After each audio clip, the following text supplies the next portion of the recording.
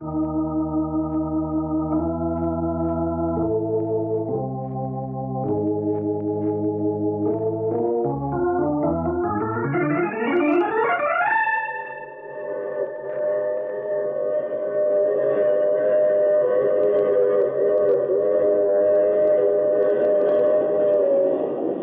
Mutual Broadcasting System presents The Mysterious Traveler, written, produced, and directed by Robert A. Arthur and David Cogan, and starring tonight two of radio's foremost personalities, Martin Wolfson and Gertrude Warner, in an original radio drama titled Death Has 1,000 Faces.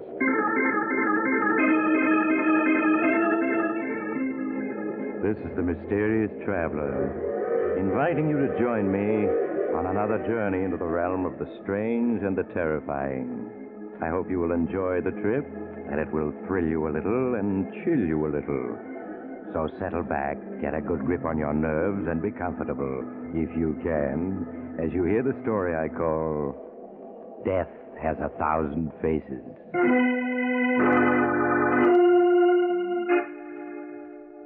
Our story begins at police headquarters in an eastern metropolis. In a small, shabbily furnished office, Horace Riker, a patrol officer for the State Prison Commission, is seated at his desk, which is completely covered with gift packages. As Horace, a small, mild-mannered man in his late 40s, starts to open some of the gifts, there's a knock at his door. Come in. Oh, hello, Captain. Hello, Horace. Well, I see none of the boys forgot you. 25 years with the State Prison Commission. That's a long time. Yes, I never knew I had so many friends. Why, look at all these gifts. There must be at least 20. Well, here's another one, Horace. This is for me and the other boys in the homicide squad. Oh, I don't know how to thank you and the others, Captain. You've all been so kind. Ah, nonsense, Horace. You know how we all feel about you. I'm really a very lucky man, Captain. I have a job I like, fine friends, and a wonderful wife. So you and Millie are hitting it off okay, huh? Of course. I told you it would work out all right, even if I am 20 years older than Millie. Well, I'm glad to hear I was wrong. Here, let me help you open your gifts. Well, thanks, Captain. Well, looks as though half these gifts are boxes of cigars. I'm afraid you'll have to take up smoking, Horace. Guess you're right. Well, this one doesn't seem to be cigars. Sounds like a clock. Clock? Yes, I can hear ticking inside. Doesn't seem to be a card with it. Well, I'll unwrap it. The card is probably inside. Wait just a minute. Let me see that packet. Why, of course. Here. Oh, there's a ticking inside, all right. Cheap wrapping paper, no store label, return address. Why should anyone send you a wound-up clock? Well, maybe they just wound it up to make sure it works. I don't like the looks of this. What do you mean? Mac, this is Captain Ross calling from Riker's office. Get the bomb disposal squad over here on the double. It's an emergency.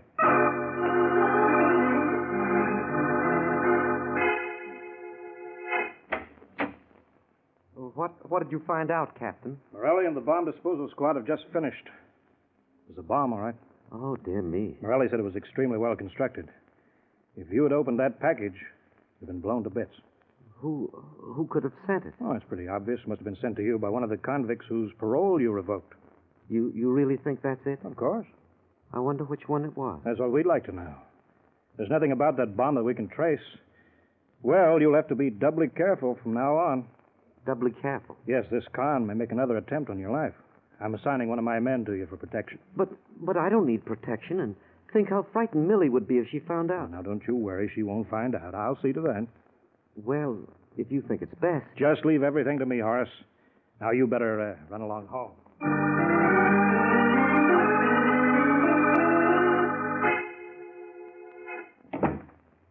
Millie?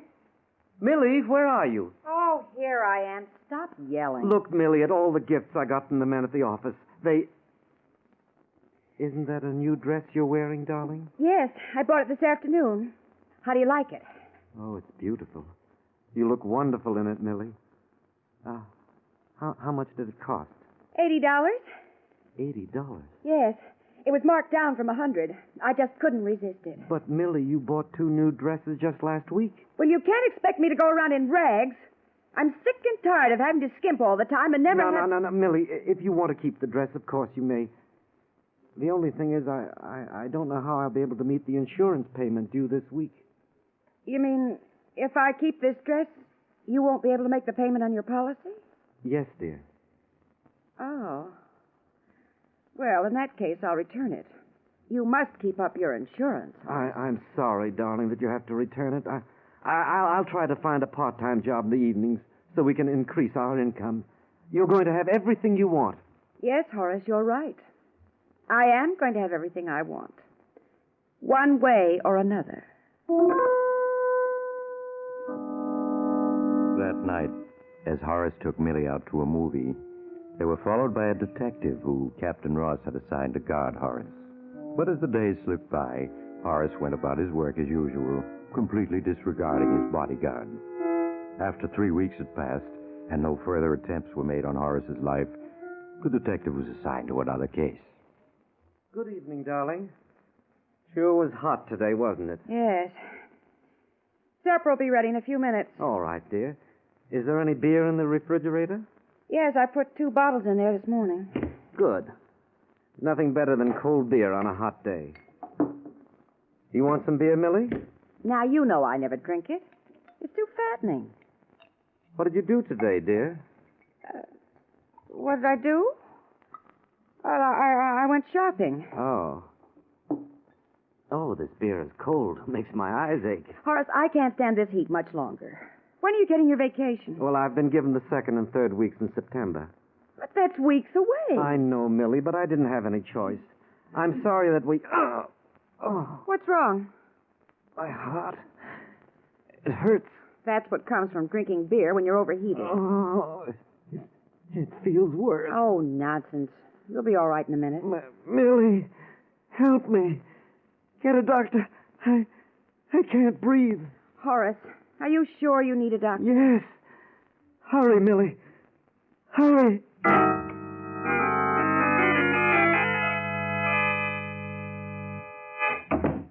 How is he, Doctor? That was a close call, Mrs. Riker.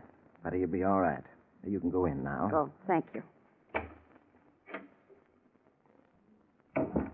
Doctor, I'm Captain Ross, friend of Mr. Riker's. Oh, how do you do, Captain? Millie, that is Mrs. Riker, said it was a heart attack. Is that right? Yes, Captain, it was a heart attack. Brought on by poison. Poison? Yes, Do you have any idea how it happened? yes. Strychnine in the beer. Fortunately for Riker, he only took a sip of the beer. Had he taken any more, he'd be dead.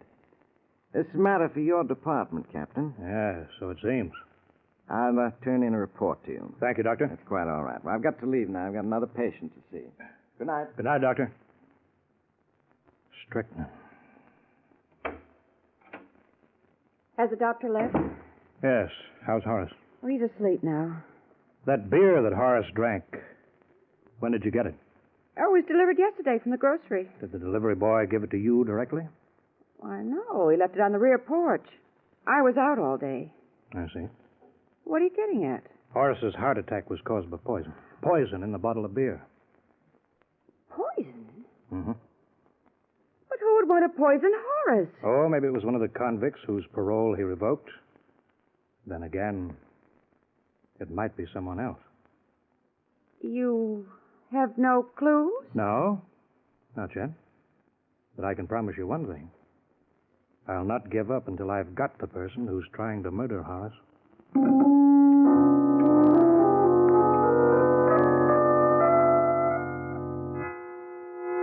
Hello, Horace. How are you? I'm feeling fine, Captain. It's good to be back at work. Well, sit down, Horace. Thank you. Suppose you realize what a close shave you had. Yes. Horace, I've got 4 men working on the case day and night. We've been checking on all the convicts whose paroles you revoked. Well, that sounds like quite a job. It is. Naturally, we've been checking other angles as well. Other angles? Yes. You understand, of course, it's my duty to investigate every aspect of the case. Certainly, Captain. There's nothing personal in what I'm doing. It all comes under routine investigation. Yes, of course. But what I'm trying to say, Horace, is I've had one of my men check up on your wife. On Millie? That's right. But that's ridiculous. Utterly ridiculous. You have no right It to... isn't ridiculous. We've uncovered some very interesting facts about your wife. What? These are the facts. First, your wife worked in an aviation instrument factory during the war. She's a skilled mechanic. Of course, I know that. It's absurd. Your wife has the ability to construct a bomb. A bomb such as the one you received. Are you trying to say it's Millie who's out to murder me? Let me give you the rest of the facts. You're out of your mind. How dare you make such an accusation against my wife? How dare you? Fact number 2. 6 months ago, you took out $50,000 worth of insurance on your life. Whose idea was that? How can you possibly afford to carry $50,000 worth of insurance on your salary? That's none of your business. I refuse to listen any further to these absurd accusations you're making against my wife. Fact number 3. Your wife is two-timing you, has been for months. She's seeing a young man by the name of Jerry Clapper. I won't take that from anyone, not even you. I'll show you. No, don't be a fool, Horace. I'm only doing my duty. Now sit down. Sit down! And stay down. Horace, we've been friends for 20 years. Do you think I'd tell you all this if I didn't have to? It's lies. All lies. Fact number 4. Your wife's boyfriend works for a medical firm. He has easy access to poisons, including strychnine. Nothing you're saying is true. Nothing. If you were honest, you'd admit that you don't like Millie. You never have. You were dead set against my marrying her. That's true, but that has nothing to do with this. I love my wife, and I trust her. I don't believe a word you've told me. If you knew her as I do, you'd know she isn't capable of such a thing. Are you so hopelessly in love with her that you can't see what I'm telling you is the truth? It isn't the truth. And nothing you can say will change my mind. And I warn you, Captain, if you spread any of these lies about my wife around, I'll kill you. With this threat, Horace stormed out of Captain Ross's office and returned to his own. In the days that followed, he avoided Ross, which was soon noticed by his fellow workers. Horace told Millie nothing of the accusations that Ross had made. If anything, he was twice as devoted to Millie as ever. The two spent long hours together making plans for their vacation. The day before they were to leave, Horace was summoned to Captain Ross's office. You wanted to see me? Yes, have a seat. I prefer to stand. Very well. I understand you're leaving on your vacation tomorrow. Yes. Where are you going? None of your business. I'm asking you as your superior. We may wish to get in touch with you. We're driving to Virginia. We're renting the same cottage we had last year. I see. Have you had any further attempts made on your life? No. While you're on your vacation, be careful. What do you mean by that? You know what I mean. If you don't stop insinuating that my wife is trying to murder me, I'll see to it that Just be careful, that's all I'm asking. I'd like to see you come back. Is there anything else? No. Thank you.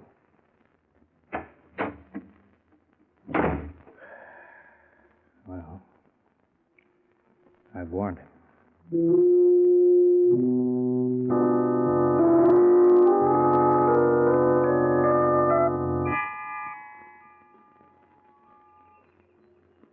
This is a life lying peacefully in a hammock far away from everything and everyone.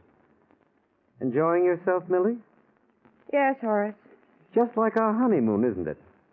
Yes. And we've done all the same things. We've gone fishing, swimming, boating, and we've tramped all over the countryside. It's been wonderful. You know, the only thing we haven't done that we did last year is visit the gigantic caverns.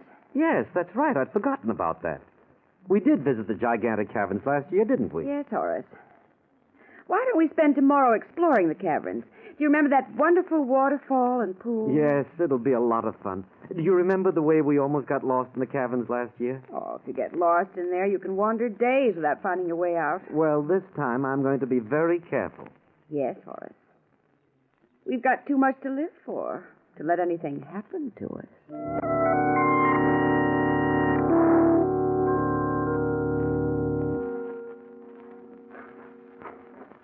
Well, here's the entrance to the caverns, Millie. It certainly is deserted, isn't it? Yes, no one comes here after Labor Day. Now, wait till I tie the end of this string to this tree. How long is that ball of string? Oh, about 5,000 feet. Almost a mile. There. That should be long enough to take us to the waterfall and the pool and the caverns, shouldn't it? Yes, just about. Are you ready, dear? Yes, Horace. I'll carry the flashlight. Your eyes will become accustomed to the darkness in just a minute. Cool in here, isn't it? Yes. The only thing I don't like about these caverns are the rats running around. And the bats. Oh, they won't bother you. Do you want me to unwind the ball of string for you? No, Millie, I can manage nicely. This place is fascinating. I'm certainly glad you suggested this little trip there.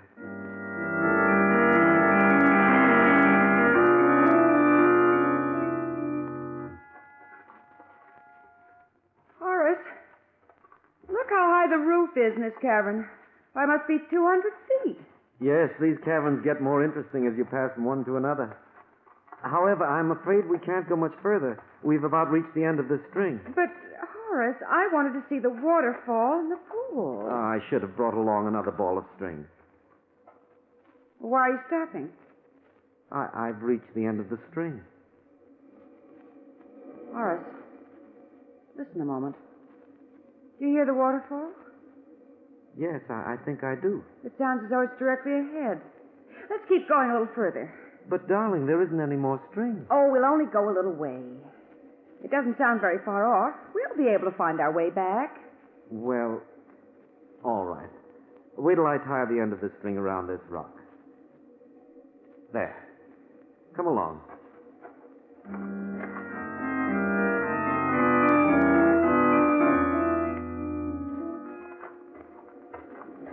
Well, we've come quite a way, but here it is. Yes.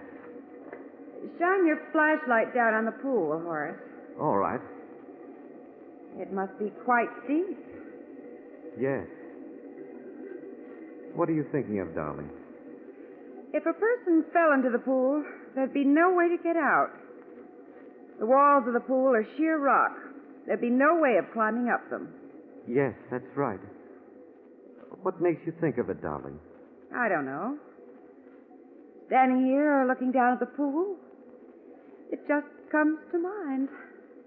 It couldn't be that perhaps you want to get rid of me. Oh, Horace, how can you say such a thing? It could be, couldn't it? After all, I'm 20 years older than you. I'm not good looking, and I haven't any money. Oh, don't talk like that. Why not?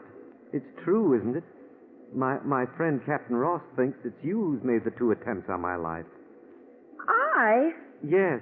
Ross said that you could have constructed the bomb that was sent to me and have poisoned the beer I drank. How dare he say such a thing? He claims you're after my insurance. And, of course, he mentioned the man you've been seeing, Jerry Clapper. He told you about Jerry? Yes. Horace, you don't believe that I sent you that bomb or poisoned the beer, do you? No, Millie. I know you didn't. Oh, it's good of you not to think so. You may want me dead, Millie, but I know it wasn't you who made the attempts on my life. How can you be so sure? It's very simple, Millie. Because it was I who sent the bomb to myself and poisoned the beer. You? Yes. But why? Why? You're in love, Millie. You should know to what lengths love can drive a person. In that horrible moment 7 months ago when I found out you were deceiving me, I came close to killing you. Horace! Does it surprise you that a mild little man my age could feel so deeply? But then I realized that wasn't the way. That wasn't the way? No. I began to formulate a plan, a very clever plan. First, I took out a $50,000 life insurance policy with you as beneficiary. Several months later, I followed that up by sending myself a bomb, and shortly afterwards, I poisoned my beer. But why did you do all that? I knew that sooner or later my friend Captain Ross would come to believe that it was you who was attempting to kill me. And that's exactly what happened. But why? Why? It was all part of the perfect build-up. The build-up that had led to this moment. What? Yes, Millie. You're going to die. Here and now. No, Horace. No. I loved you so, Millie. I loved you so. Horace, don't come near me. Don't touch me. Ah!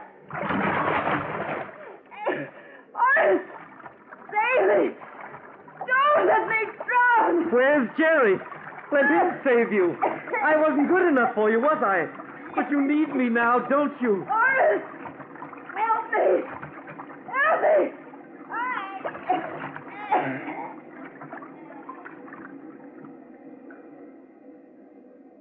Millie? She's gone.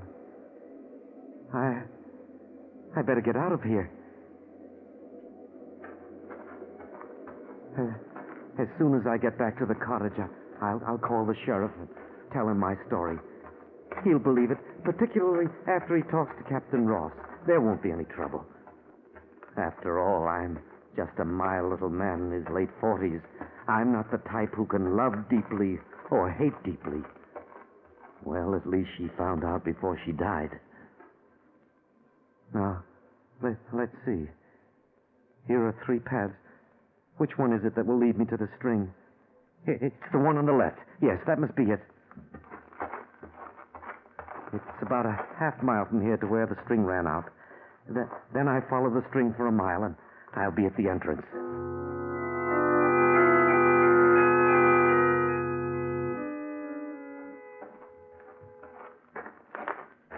Strange, I don't remember this turn in the path. But then I may not have noticed it before. This must be the right path. But then they all look so much alike. These caverns are just a maze of passageways. Maybe I took the wrong path. But perhaps I should have taken the middle one. Yes, it must be the middle one. I'd better retrace my steps.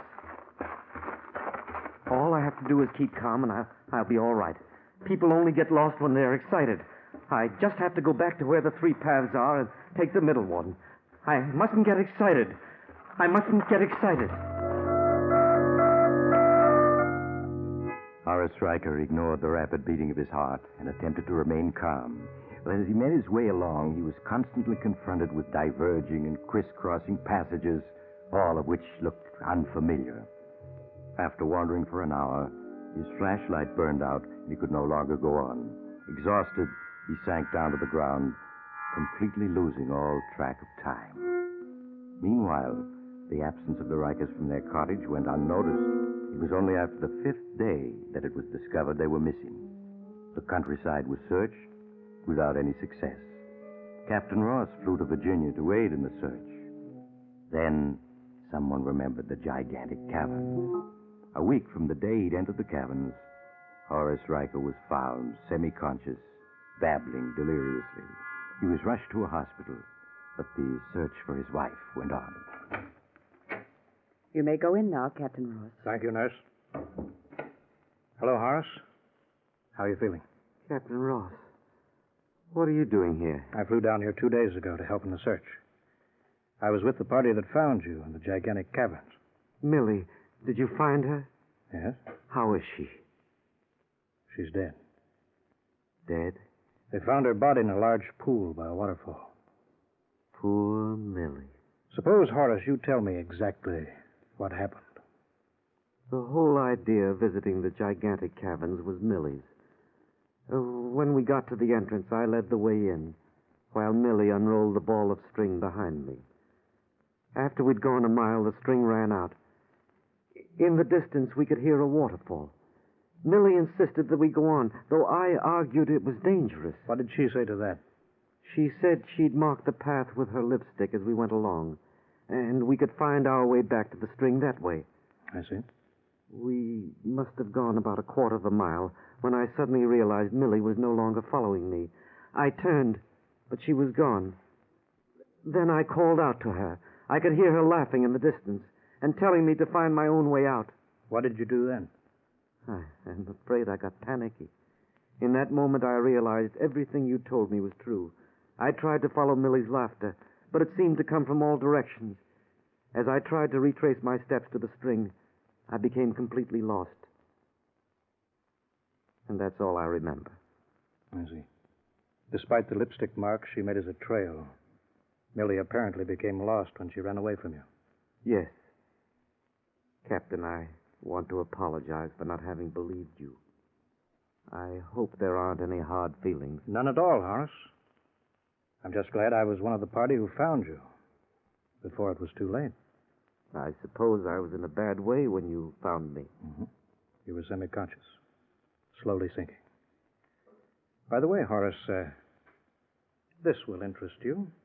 Oh, what's that? It's a phonograph recording. I'll play it for you. I had it made just after you were brought to this hospital. Listen. No, I wasn't good enough for you, was I? Why, that's me. I gotta find my way out of here.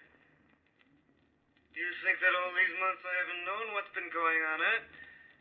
I may not be young or good-looking like your Jerry, but I have brains. It's so dark here.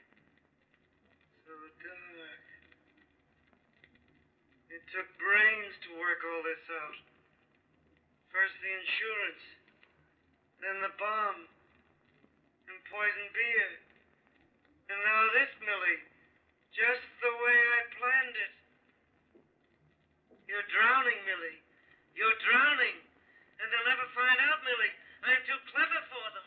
Yes, Horace, you are clever. I must apologize. I completely underestimated you. If you hadn't been delirious when we found you, I'd never have known that you murdered Millie.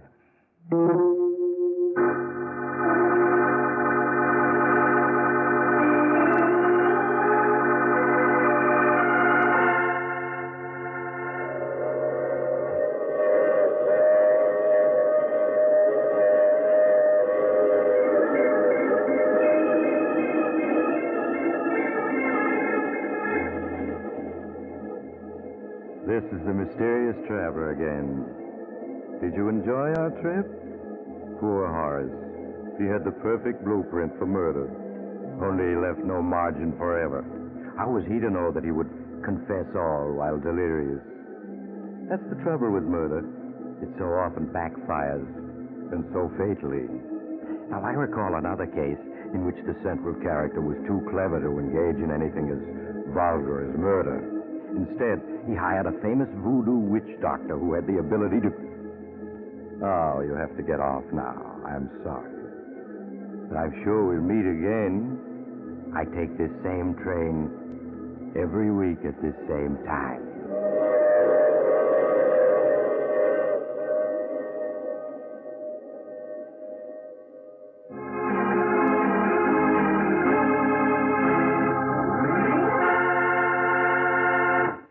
You have just heard The Mysterious Traveler, a series of dramas of the strange and terrifying. In tonight's cast were Maurice Tarplin, Martin Wolfson, Gertrude Warner, and Wendell Holmes. Original music was played by Paul Taubman. Sound by George Cooney, broadcast engineer Al King.